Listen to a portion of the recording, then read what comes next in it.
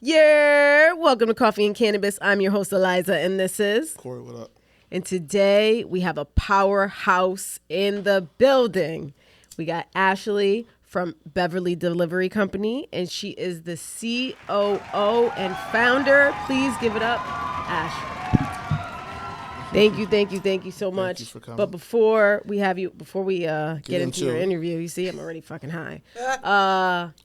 What are we smoking on? No, I'm smoking on. Hello. You smoking that Miss Grass. Shout out to Kate. What up, Kate Miller? Got you, boo. You already know. I am smoking Rainbow Chip. And I think it's a 30% THC Here you go, mama. potency on it. So, you know. All right. Coffee, LODG, local. The Heights. You already know how we do. Local spot is outstanding, and now I'm on my healthy vibe. Fucking wick. Alyza Wick. Look at you missing it and shit. Would you like a lighter? Please. Yeah. You see that? You see that? It's a cleaner smoke, baby. Mm-hmm. I can tell. Shout out to my girl, Just Jack. You know what I mean? Jack, I appreciate you. Thank you for the mug. Yes. Yeah. And we're going to put Miss Grass on display. You know, that's definitely going to be one that's going to be in the shop here. Yeah. Jersey's own. Give us some ads. We need that ad revenue. Now we monetize, yo. YouTube, yeah, stop big playing. Facts. Big facts. Yeah, but I think if you smoke on camera, you can't monetize. No, they're fucking with us. Yo, listen. Give us the ad revenue or we're going to Patreon. Oh, that's a good idea. All right, but while we're talking about Jersey's own, we got to get into your story, Mama. I know you're operating here in Jersey City. Sure am. Y'all already know that's where the other side is at. Just shout out to the Heights, Jersey City. We got Tossed up here, Sweat up here. We about to have Bev around here. We sure are. Delivering the goods. Yeah, all right. So I want, before we get into the company, though, I definitely want to learn a little bit more about you and your background because, you know, the round is coming up now for the delivery license, but you've been in it for a minute. I've been seeing you around the way, getting involved, being in the community, educating people. Yep. But what's the story that brought you to this? Oh, that's a great question. So, shout out to Jersey City. We're right in my hood right now, where I grew up. The other side, and Sweat, actually walking distance from where I grew up. So I am a Jersey girl. And there's so many things. It's so interesting to see this part of Jersey City just continuing to expand. You know, it's been expanding for a while now, Jersey City, downtown Jersey City. We're seeing all, you know, the corporations and, you know, people coming over and everything and building their businesses. And, you know, now I can barely afford to live in Jersey City, actually, right? And I'm like, wait a minute, these are, you know, the places and just the high rises, you know, it's great, you know, for the city. I love to see it prospering. But, you know, it's just very interesting to see the way that things are, you know, transitioning. But on the good side, seeing that the cannabis industry is coming into, you know, my own backyard, that's crazy, you know. And it's funny because, you know, I grew up, my mom's from the Midwest, dad's a Jersey guy. He's grew up in Hoboken, the projects, and we came over to Jersey City. Shout out to the Hoboken PJs. Hoboken PJs. Mm-hmm. If you I know, be at you that know. little park over here. If you know, you know. That look right above it. Yep. Wonderful view. Beautiful. It is. And they brought me, you know, to Jersey City for a better life, right? We're moving over to the Jersey City Heights. So I grew up over on Lincoln Street, if y'all know it, Central Avenue, right? About around the corner from where Sweat Wellness is. That sure is. Literally, walk right over. Family home is still there. My aunt, the rest of my family is over there by West Side, Communipal, Clendenny, Duncan. So I have family on both sides. So it was very interesting growing up. You know, I went to PS25, shout out to Nicholas Copernicus. Over in Jersey City, it's nothing but a melting pot. So I grew up with all different cultures, right? Yep. Growing up, there's, you know, Indians, there's blacks, there's Hispanics. Like, I thought I was Hispanic for a minute. I'm going to tell you right now, I called my father Poppy a little bit too many times, and he said, okay, can I tell you something? You're not Spanish. You're black. What you mean I'm not Spanish? I'm dipping my toast in the coffee in my friend's house. Oh, God. For breakfast. I mean, am I lying? No, that's Jersey City. That's Jersey City. Certain sections where you might think you're Filipino too. I mean, I'm saying, right? I'm like, what do you mean? But the beauty of growing up with all those cultures is it didn't matter, right? You're just exposed to all of that, from people, one of my best friends growing up was Hindu, Kyron Gomez, and then I got Yesenia Rodriguez, and I got Natasha. So we all just running around the block, just learning about each other's cultures. And so as I started to get a little older, we're going into high school, my options, let's just say for school, were kind of, Dickinson High School, Lincoln, places that, my family was like, well, yeah, if we have an opportunity, if you can, you're going to do what you can to try to get your child, elevate them, you try to get them out, right? So my parents were divorced. I'm a product of divorced parents, but, co-parenting at its finest, never felt a lack of love from either side of the family. They did whatever they had to do for my betterment. And part of that was, okay, let's have her exposed to a different school system. So I actually ended up moving from my mom to my mother's in Pennsylvania for 4 years, out in Pennsylvania. I was pissed, okay, because I missed, we had fish fries at my auntie's house. I'm getting my hair corn rolled. I'm double dutching outside. And now I'm going to Bryn Mawr, Pennsylvania, where I have to wear a uniform, and these people have acres of land. Foreign. No. Yeah. I wasn't happy. I didn't like it. I'll say it for the record. My mama knows I didn't like it. That's a big My shock. sport options were lacrosse, cricket. Oh, hell no. I mean, what? I mean, shock, okay, y'all? So all that to say, though, as a child, you don't get it. As you get older, you're saying, okay, right, I get it. It was exposure, right? It was just showing other parts, it's not just if you're able to afford that, you would try to do that to your, for your family. So here I am, and, with the horses and the acres, and I don't know if I had to take 2 buses to get to school, y'all. So even when I lived in Pennsylvania, it's not that my family all of a sudden stepped into money. Yeah. I had to take 2 buses, a drive and 2 buses to get to school. I had to wake up at 5 a.m. just to make sure I could be to school on time at 8 o'clock. What grade was this? Freshman. Oh, high school. So high school, yeah. So you spent high school over there. Spent high school over there. Wow. Yep. That must have been. That's a crazy culture shock. Yeah, that is. Yeah, at a pivotal age. Yeah. That's hard. I was one of 5 black people. So when you graduated, what happened? You was like, I'm getting the fuck out of here. I was one of 6 black people. When I graduated, so when I graduated from high school there, I was like, okay, what choice of college I was going to go to. And I was like, I'm taking my butt right back over here. Thanks, it's been a great experience. It was an all-girls school, too, at that. So they took the boys away from me. They took the culture away from me. But anyway, so I said, I'm coming back this way. Wow, you went to an all-girls school? All-girls school on top of it. You'd have had mad fun, Alyza would have been running through that bitch. You saw me, I was like, you went to an all-girls? She was like, it was all the girls? All of them? That was all that was there? Yeah. How horrible. Right, exactly. She was plotting, yo. I'm reformed. Shout out to my wife. Yeah. Shout out to my wife. I'm reformed. The 20s was wild. So from there, I had the college. I was like, I'm coming back. And my mother was like, how about an HBCU? Wow. I'm like, a who? A who? A what? HBCU. Didn't know what a historically black college university was at the time. Because again, I'm culture shock, right? So I go from the lovely melting pot in the cultural Jersey City, again, being down there by Westside Avenue, Duncan Avenue, shout out to Avenue, all that down there, to then go into this all white, it is what it is, all white high school, right? Where I barely make up 1% of the population. To now my mom saying, well, here's a college for you. You're not going to NYU. You're not, here are your options.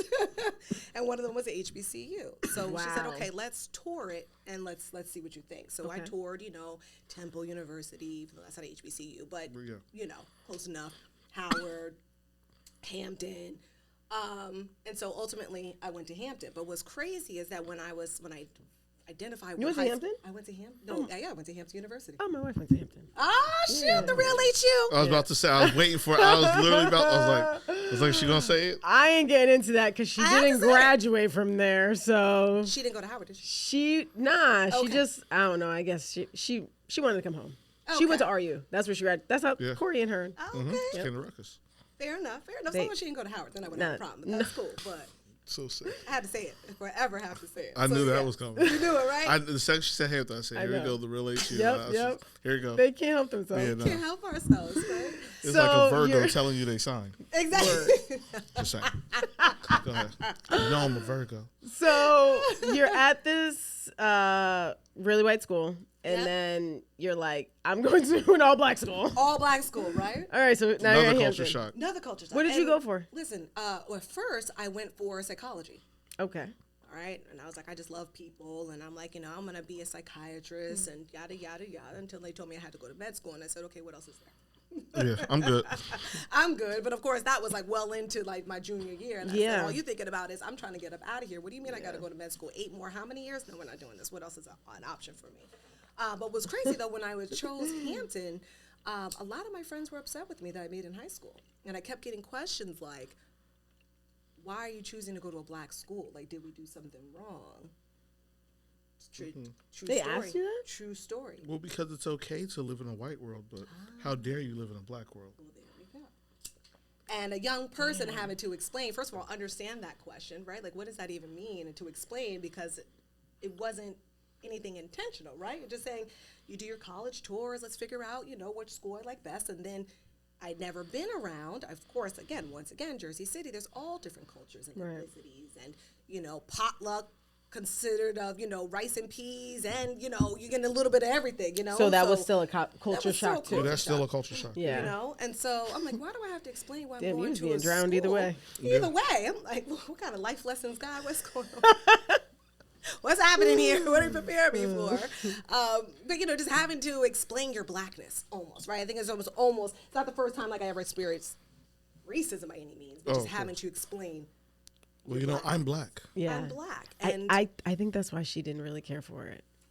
probably. Yeah, because when you're from up here, even when you're with, how do you say, like, I don't know, the black culture here is different, right? And it was sort of like, Yep. and Exactly. she, you know, and she was like, why we gotta be like that? Exactly. Like, you could sit with us. It's like mean girl shit, you know? It is. It Yeah. really can be. How you survive that? You graduated from it? I did graduate. How'd you there. survive it? So it was interesting because, well, see, it was my family. So I have two sides. We have the mother, who's the Midwest, right? Midwestern, former debutante. You know, my grandparents had their own catering business. You know, you're talking about then when black folks, let alone, you know, having your own business was, you know, Yeah. very far in between, right? They were both in fraternities, sororities. And then you have my father's side over here from Jersey City, completely different life, right? So my grandmother was a nurse. Gang, gang. Gang, gang. You know, my grandfather was a contractor, you know, so, I mean, completely different lives. And then, so my father, again, growing up in the projects, growing up poor, not having much, but he ended up working his way up and playing professional ball. So he ended up getting into the ABA. Oh. Right, which you know is a former, well, before, right, the NBA, right, Yeah. first before NBA, forefathers of the NBA, right, we could say, put some respect on my father's name, Jimmy Vincent Foster. And so he worked his way up and, you know, ended up becoming into pro ball, right? And That's so, took his family and us out of Hoboken, because again, if y'all know or do your research, if you're thinking Hoboken what it is now, it ain't Hoboken what it was Back then, yeah. 70 years ago. No, it's not. Facts. At all. So, took us up out. Imagine that. I'm saying took us family up out of Hoboken. Took me and Corey up People out of are Hoboken, riding their too. bikes and walking their dogs right now and safe and just carrying their tote bags. And yeah, we came over to Jersey City, right, which is up and coming. So that Hampton, I had that duality, right? So you had the mother that was very proper and made sure, you know, that aspect of it. And then you had the father and that family that was more from the streets, right? So I've always been able to adapt, and possibly because going to different schools, Yes. right? Then I almost became like a chameleon of kind of just understanding, and I'm big on energy. I know that now. I probably didn't realize that's what I was doing then, but reading people and just picking up how to read a room and how to navigate. So yeah, Hampton, that reputation is real. And Hampton University does have that reputation. But I was able to navigate through that. You know, you find your tribe. You always got to find your tribe where you go. And they're still my tribe to this day. We still keep in touch. Really? Hands down. Oh, I that's good. have At least something friends came out of since it. I was pre-K. So I don't have a lot of friends. I have a lot of acquaintances. But people that I call my friends are my family. Yeah, of course. Hands Same. down. Hands down. So, yeah, Jersey City is where I'm from. And, love it. So what did you get into, like, after coming back from Hampton? Yep. What does that look like? How did you get from there to today with Beverly? So I came back to Jersey City after graduating from Hampton University. And I did, what any good, studious student would do. And I went and got a job and tried to pursue my career. And so I switched over. Where did you graduate? When I graduated. So I ended up graduating, good catch, Alyza, from broadcast journalism. Oh, okay. Yeah, so you were like, yeah. Got it there. Don't say I sound like a reporter. Yep. Okay. You got reporter vibes for real. Mad anchor. Yep. They didn't hire anchor sitting here, but. So I said, okay, broadcast journalism, what else would I want to do? And I wanted to be like Sean Robinson on in entertainment news, right? Representation matters. And I was like, I want to be on TV. I want to be on the news. But I just have a mad bubbly personality, obviously. And I couldn't really talk about 7 people died in a fire because I was just too damn bubbly about talking about anything traumatic. Why is she smiling? Why is she smiling? You know what I'm saying? 4 people got hit by a bus. I know. Back to you, Liza. It wasn't working. So. Bring her in for the puff pieces. Right. Yeah.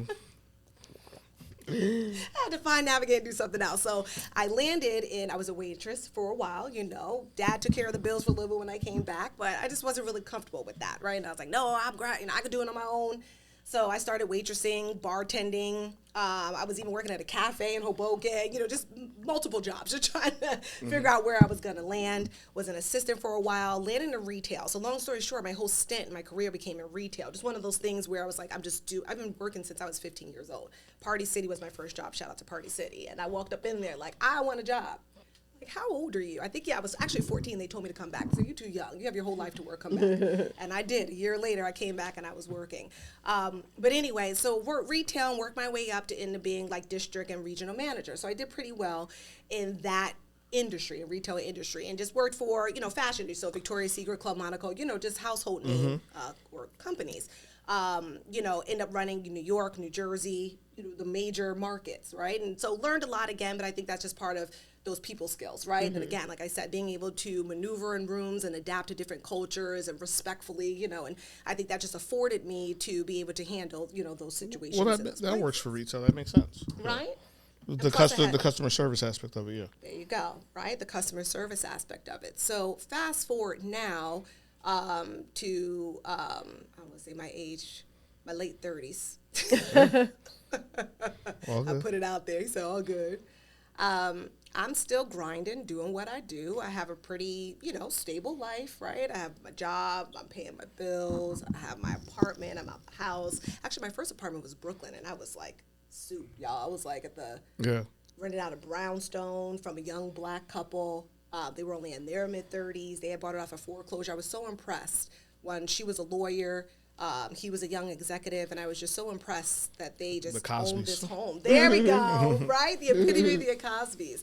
And I had an amazing, amazing time, living there under them in their home. But, came back over, sorry, jumping around. So anyway, we're fast forward to 2020. And I'm out and about. I leave my job at the time. I was working for Adidas at the time. I leave my job. It was a beautiful day. We all know what 2020 was like. And it was when things started to open up. And so I was like, call my girlfriend, like, I need a drink. That's usually how my days ended at retail. But I need a drink. What are you doing? And so I was living with my girlfriend at the time in West New York. And she said, I was at the sports bar, Pier 115. Y'all know it over in Edgewater? Yep. You've seen it. Like, it's okay. And it's popping. Yep.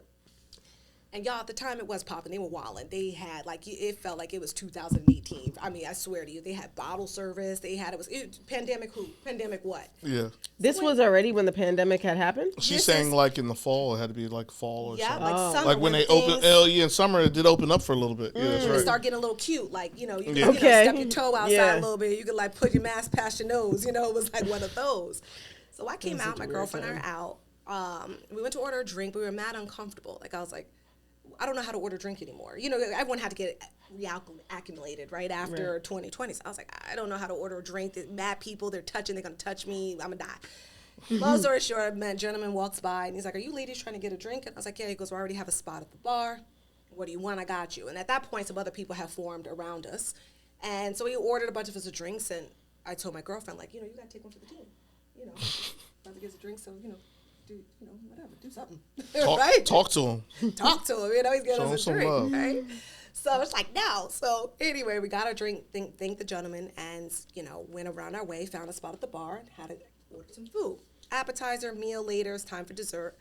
So my girlfriend's like, hey, she has a real crazy sweet tooth, Nadia, and she's like, I want dessert. Do they have dessert here? I said, I don't know. So, oh, there goes that gentleman that, got us a drink. Let's ask him. So I tapped his shoulder and I was like, excuse me, Richard, do you know if they have, dessert here?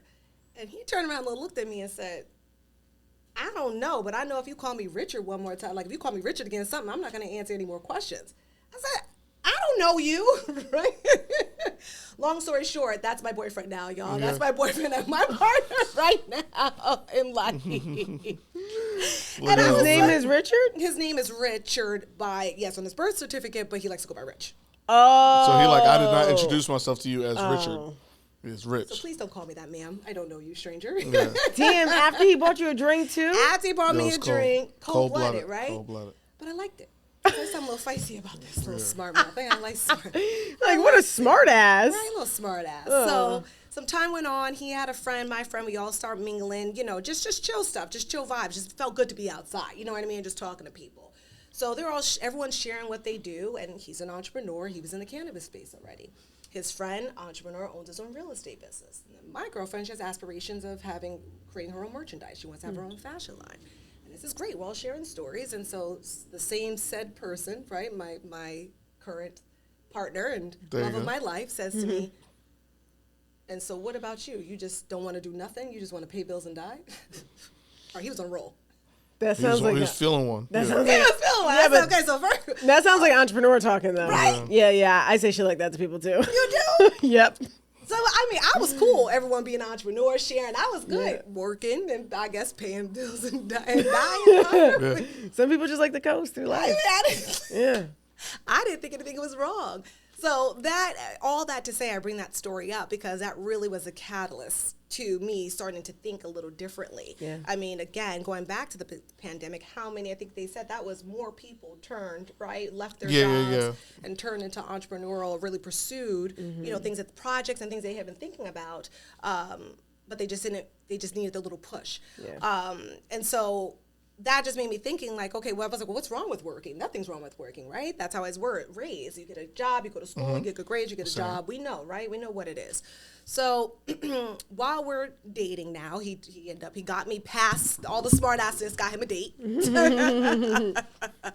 And so, we're dating and getting to know each other. And at the time, so I was working for Adidas, and then I transitioned to working for a tech company.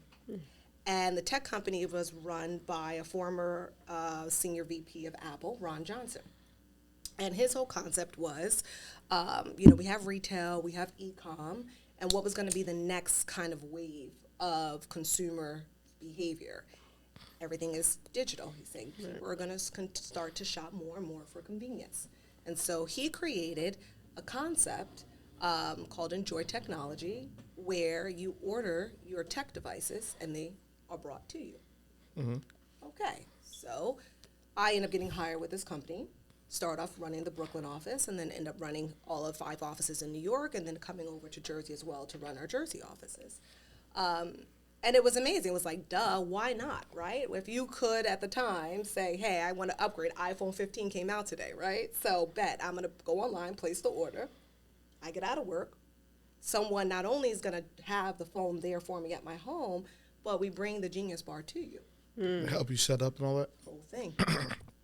I know this guy's great. Like, yeah, I want to, work for this, right? He's already a visionary, having come from working for an organization like Apple at that level, but then just to step away and create his own thing, saying like, no, this is where things are going. Yeah. So now I'm dating an entrepreneur and I'm working for a visionary, right? Mm-hmm. But still, I'm still on the 9 to 5. Fighting. Yep. All right, I'm not. It's not for me, so to speak, right? And so as, we pillow talk, you have conversations, you vent about your night, your day. Rich, my partner in both personal and professional, I'm listening to the stories that he's experiencing as he's trying to raise capital, okay? So he has this concept, Beverly, Cannabis. He's like, it's going now. He's been in the game at this point. That was 5 years, and now it's going on 7 years, right? Or so, 8 years since he's been in the industry, right? So people are just looking at him. Again, we're going back 3 years. We weren't hearing on the radio, seeing the commercials. You didn't have, it was legal, but, legalization was coming. But the average person, right, unless you were in the industry, didn't really know what was happening. Mm-hmm. So they were looking at him. Some people still don't know what's happening. Some people still don't know. Yeah. And so they were looking at him like he was crazy, period, point blank, right? And so he's saying, like, people just don't understand. Yeah. And for me, I'm like, what's not to understand? Delivery isn't a new thing. We didn't invent delivery. Right. Like, delivery was invented in, like, the 18th century. I think it was like something like food delivery was invented in, like, Naples in, like, 1885. Yep. Right? So we didn't invent delivery, but people just couldn't correlate cannabis and delivery. You can't do that. It's not going to happen. All the naysayers, right? And from my retail background and experience, all I've ever heard in brand, messaging and, you're learning about the DNA of the corporation is how these CEOs are starting in their basement of their mother's home, the laundry room, didn't have any money, all of this, and then where they are today. So I say, you know what, fuck it. Can I say that? Yes, of course. I say fuck it all the time. Fuck it. So fuck it. We're going to do it ourselves. Oh, yeah. I did say fuck it. I said that same thing. Actually, no, I'm lying. Candace and my wife said that to me. They said, you should just do it yourself. Fuck it, do it yourself. That's it. That's it. Because if we're going to continue, it's at the end of the day, in my opinion, it's going to be done. Yeah. Whether it's you, or us, someone else. Or thank you. That's true. So either we're going to turn around and look back 3-5 years from now and say, well, could have been, or at least that you tried, right? And we put it out there. If it doesn't work, it doesn't work, whatever. But at the end of the day, we can't sit here and wait for other people to validate what you already know. Yeah. And he has his own experience with, cannabis from a social equity standpoint. Now, for those who don't know, I'm in an interracial relationship, right? And that feeds into it too. We'll get into that a little bit later. But he himself was arrested when he was a young person, college, for cannabis. Got kicked out of school and everything. Later on, went back to, he ended up finishing college, but he got kicked out of school. When he went back to finish college, he had an internship. His father was in finance. And he went to get, after his internship, a job at a prominent financial institution. I won't say the name on here. And after the internship, he was ready to go, lined up to get a job. And they said, well, you lied to us. So what do you mean you lied to us? Something on his record. Yep, but it was expunged. Oh, they probably do. The expense doesn't really exist. Yeah, some of them do a deeper dive. Yeah, like a federal database, right? Yep. Yeah. So damn, that sucks. Then all the years of working towards whatever his dream was, just right then and there. Sorry. Yeah. Yeah. Go work, at McDonald's. Have fun. Good luck. Get out. Or wherever you're going to work. But it was just, you're not going to go any further here, right? And so that was his whole catalyst for getting involved and saying, like, okay, you know what? F you. I got something for you. You know what I mean? So now you guys are like getting into this endeavor together. Together. Because now I'm like, forget it. Like, people can't see your vision. I obviously can see your vision because I'm doing I'm already doing it. I'm delivering. I'm operating. Yeah. There are 2 major states, the region for this tech company, right? By this tech giant, so to speak, right? And we are delivering tech devices. So why not cannabis? Yeah. I agree. So he had said, okay. I said, but I get to do my research, right? I'm not just gonna, I'm so crazy in love, right? I have to do my research, right? And so he gave me a ton of books. So one of the books that resonates with me was just Investing in Cannabis by Dan Ahrem. A-H-R-E-N. He said, let's look that up, right? I'm like, you got me. Corey, get out of here, Corey. I felt Corey's eyes on the side. Being like, he was not pronouncing out right. Ahrem. Let's say that. Yeah.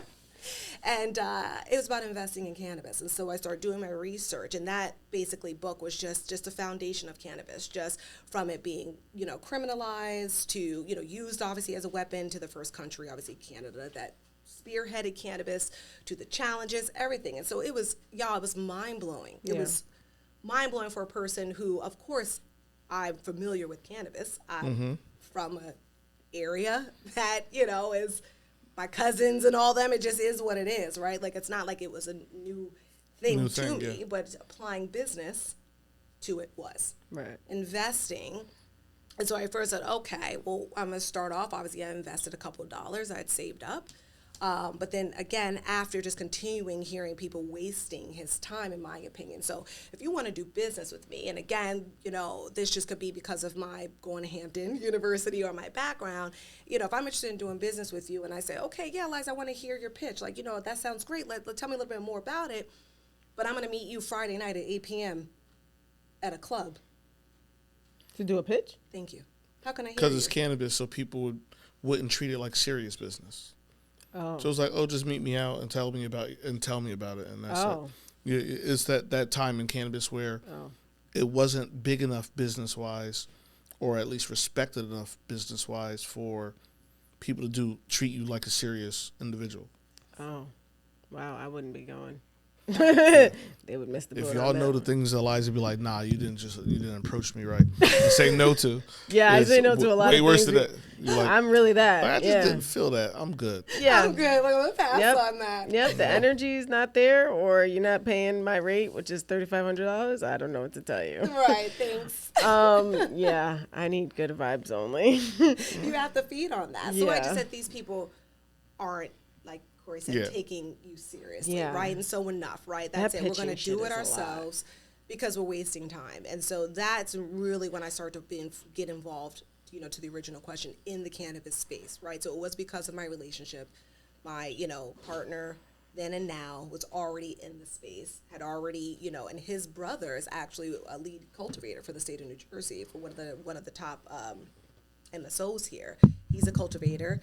His cousin's a cultivator in Denver, where my mom's from, the Midwest, Denver, Colorado. So they kind of already have been in that space of cannabis. But so is that why you came in as the ops person, because you were doing like retail stuff, and then you were also working for the tech company? Job. She's doing the ops on the tech side. Yeah. So you brought in the tech knowledge and the ops, and you know, it's really his story, right? And he was he spearheaded it because it was part of something that he went through. Absolutely. Right. Mm-hmm. Okay. Absolutely. So now you guys are coming together and building this. Well, tell us a little bit about the platform for the delivery and all that. How does that work? Yeah. So a lot of what I'd learned, right, being in that tech company, and applying a lot of those, you know, digital aspects to this platform. So we are an ancillary business, and the reason why I stress that is because, you know, you were talking before about, you know, a lot of, you know, organizations, they can be vertical, right? You can do multiple things, and that's great, right? And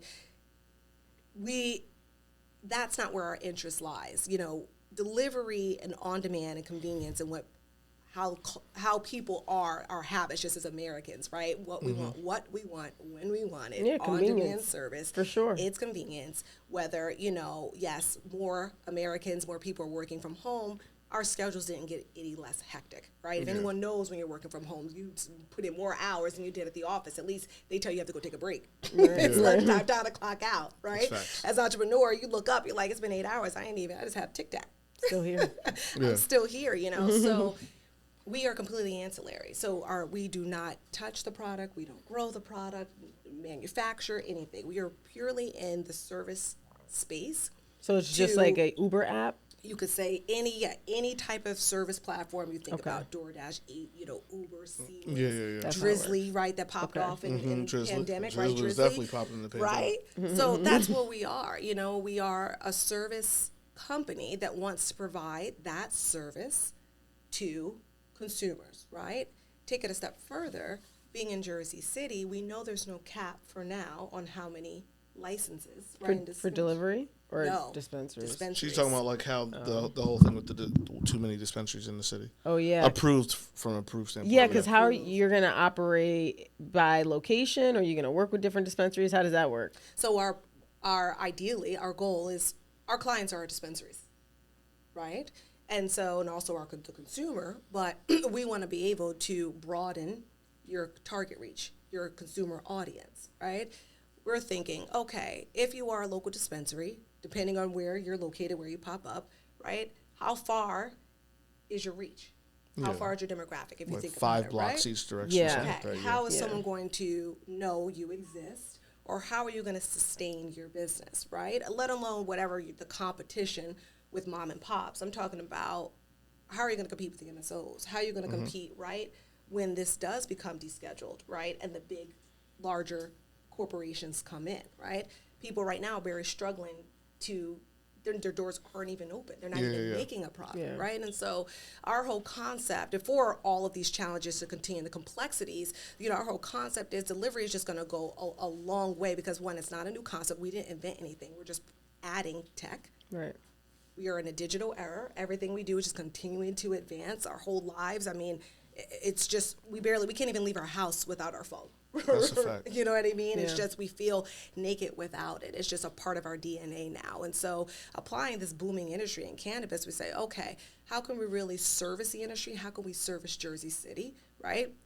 My partner, he's a Hudson County guy. Like, as here, I'm from here, right? Where we are right here. This is where I grew up. And so I'm like, how are we going to service the community? How are we going to, community is big for us. How are we going to service all the dispensaries that are opening up in this area alone? Yeah.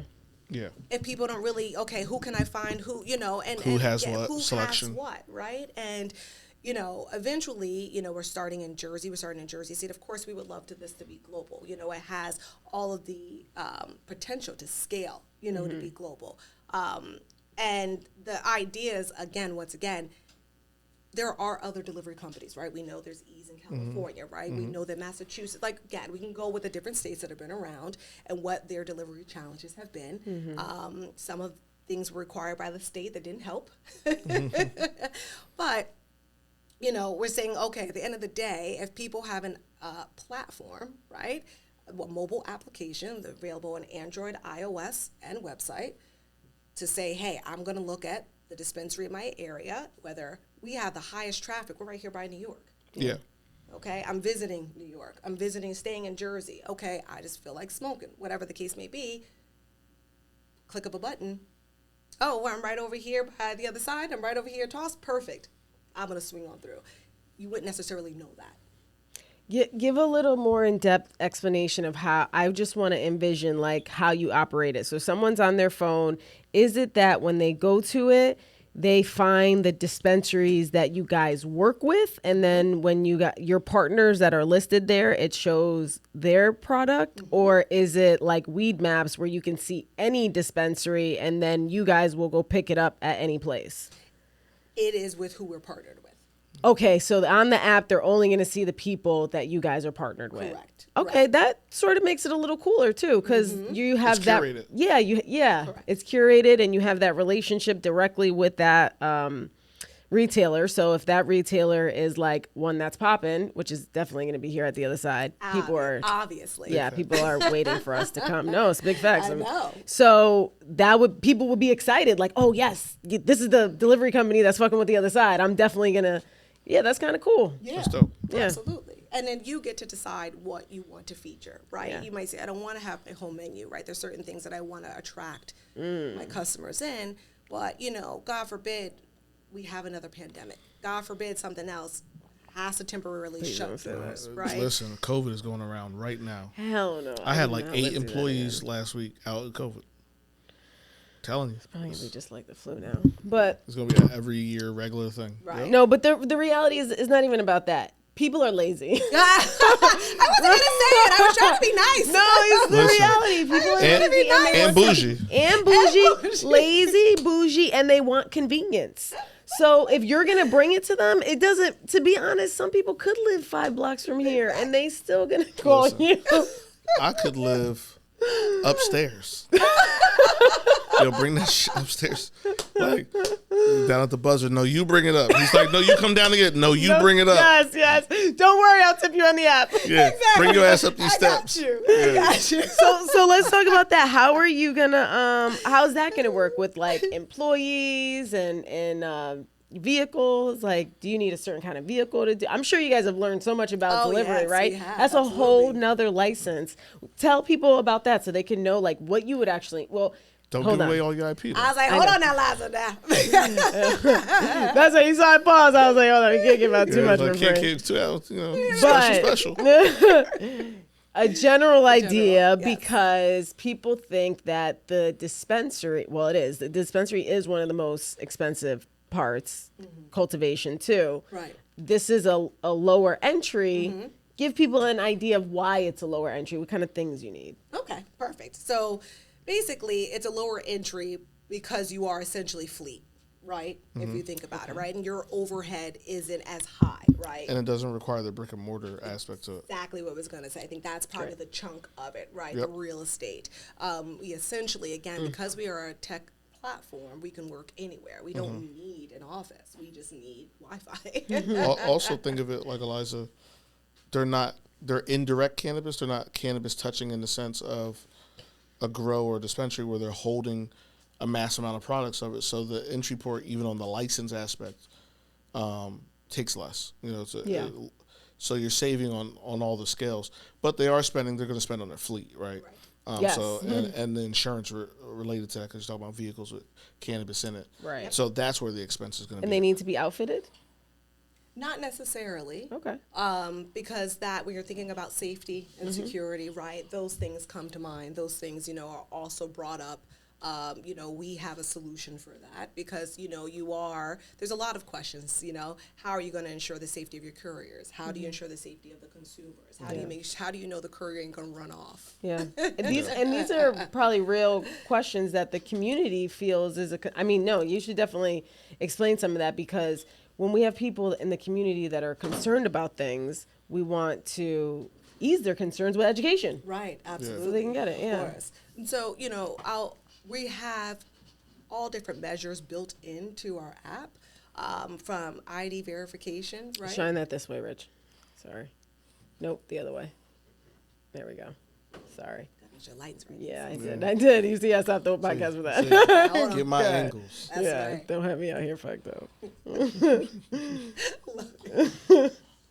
So, even something as simple as like ID verification, right? How do you know that someone's not going to, steal your phone, you're sleeping, your little 10-year-old scans your face and boo, boo, boo, I'm going to order. You know what I mean? Yeah. Like, it may seem silly, but it's true, right? And so there's ID verification components that come in there. We have, obviously, it's real-time tracking, right? Again, we are fortunately, there's a lot of things that have already been done for us, right? And so, again, sometimes it's good not to go first, right?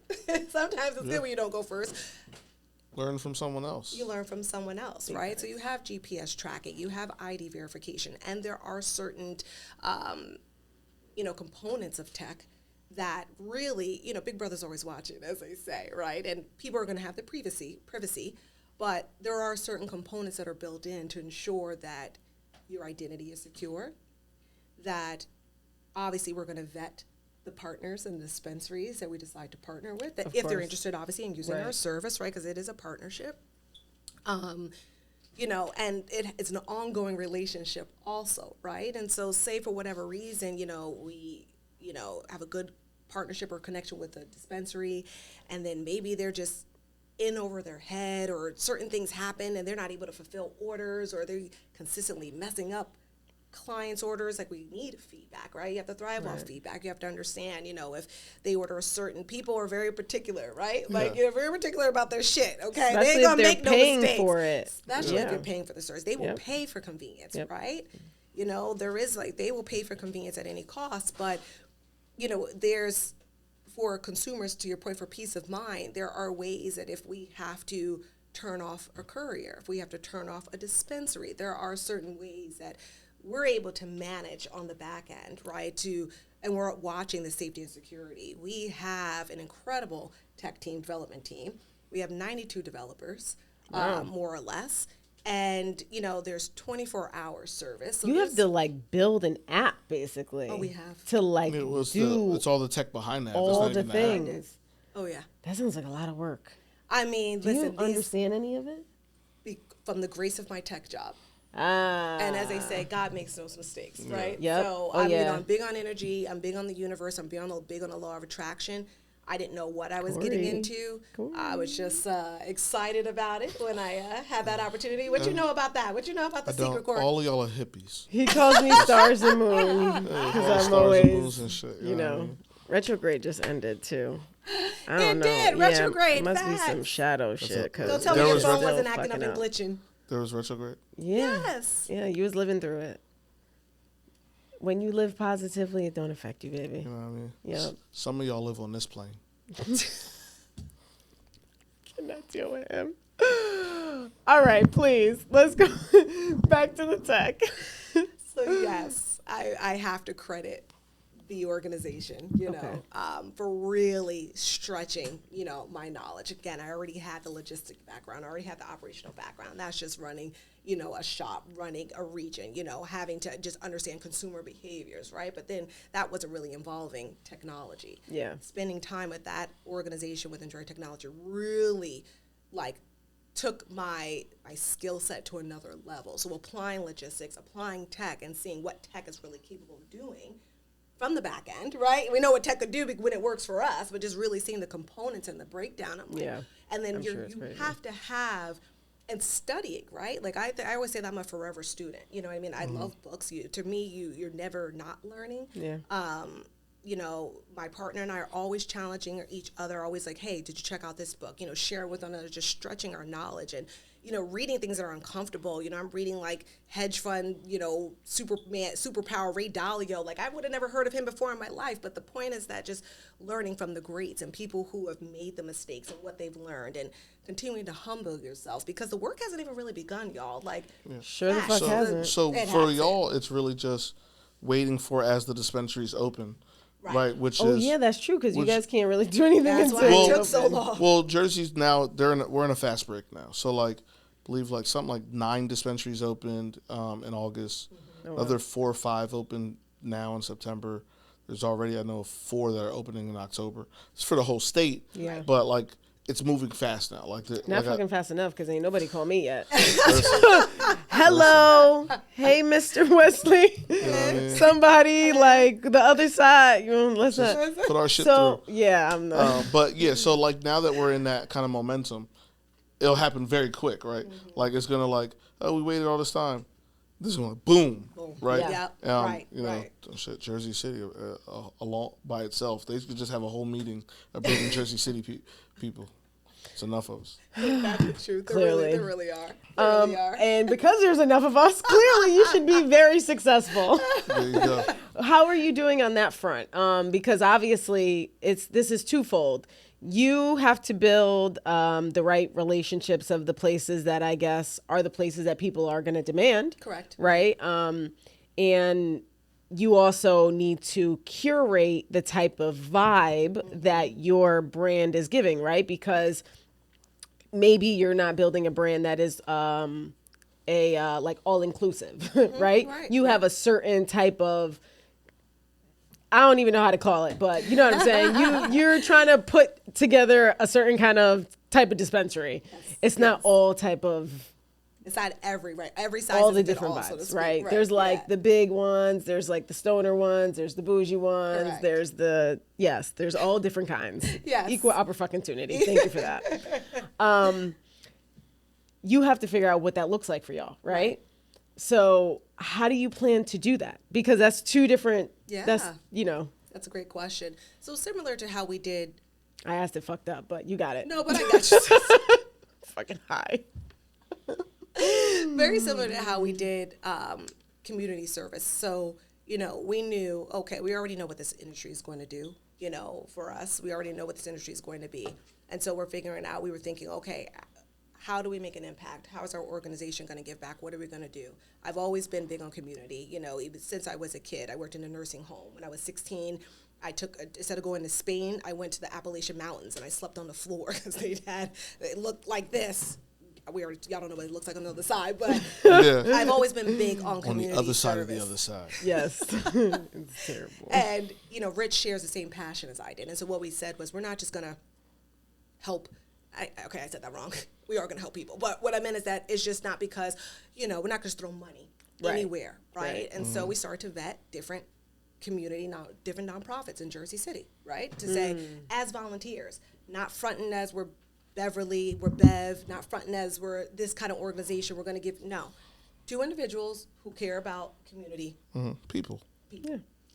And that turned into just curiosity killed the cat, right, y'all? Yeah. And now we work with 5 local organizations.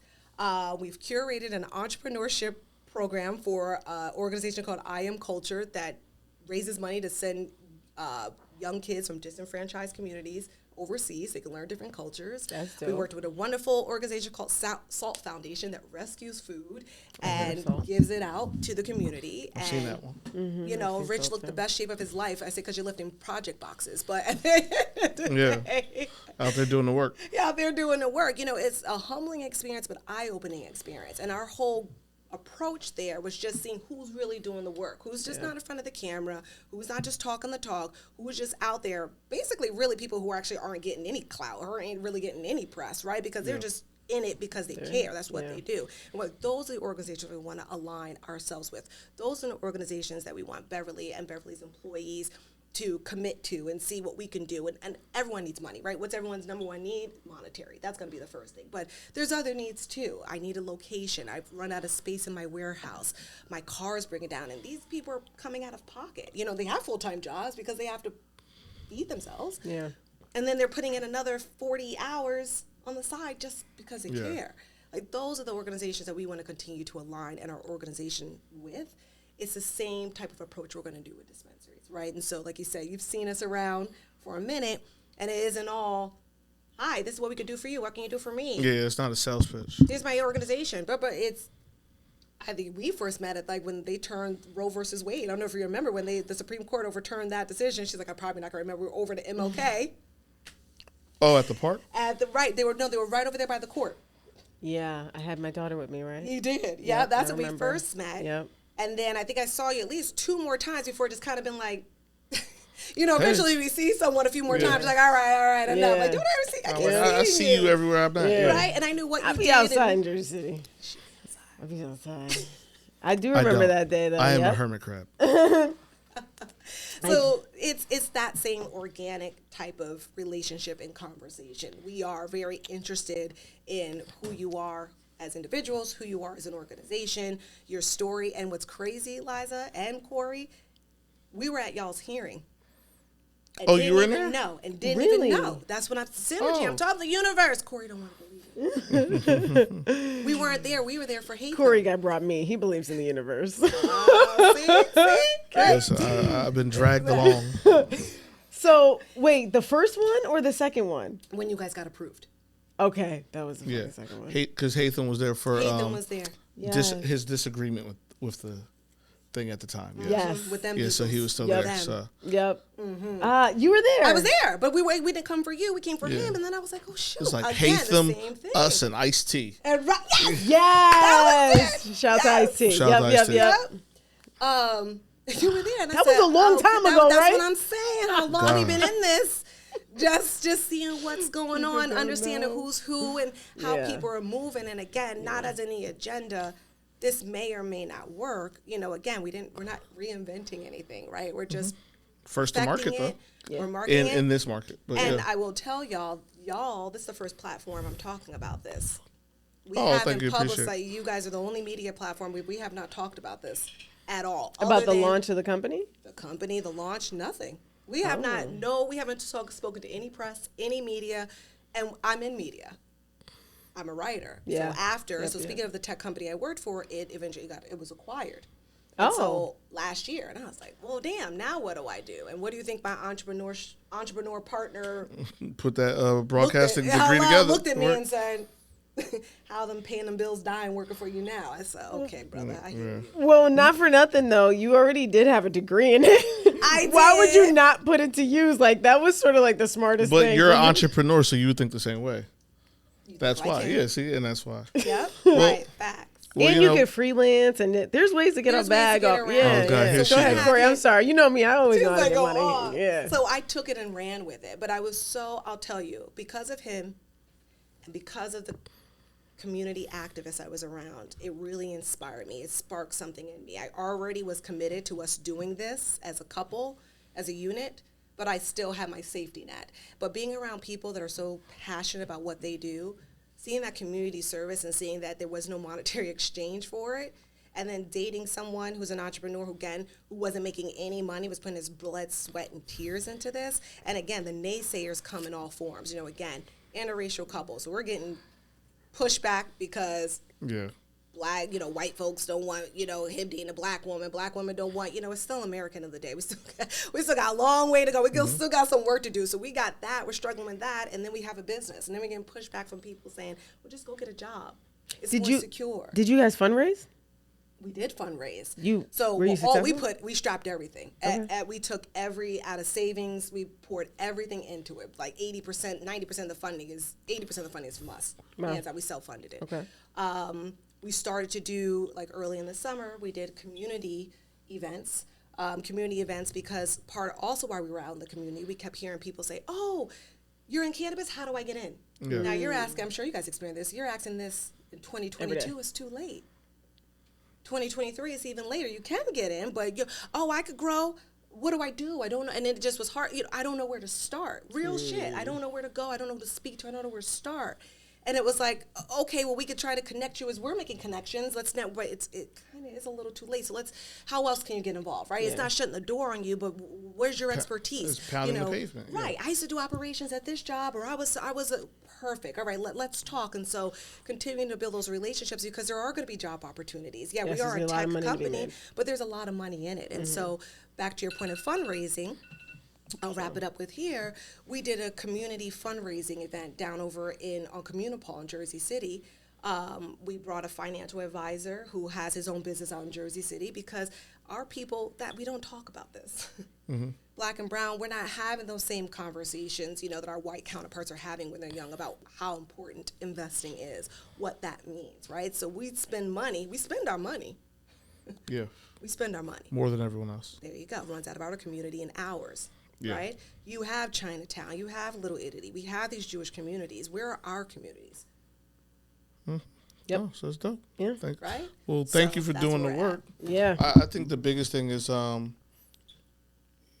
your business is indirectly linked to all the businesses like ours and other dispensaries opening up in the community, and to take the mindset that we already have towards community service and giving back along with you all, and hopefully along with the rest like us, it'll just strengthen the community as a whole, not just from a cannabis standpoint, but just that many organizations giving back. So yeah, we appreciate you coming, Ashley. I appreciate y'all more. I mean? Shout out to Thank Beverly. You. We all going to get to grow together. Absolutely. Yeah.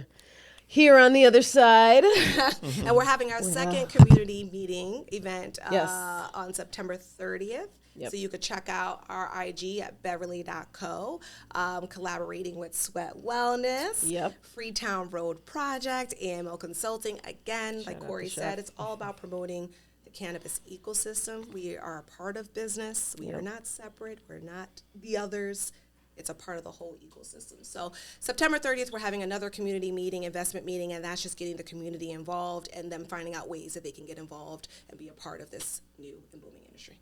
Yep. Cool. So pull up. Sweat will be there. You already know. We here. The other side. Beverly. Do well. And be good. What is it? Look, you caught that. You're good. I know. More importantly, get high. Peace.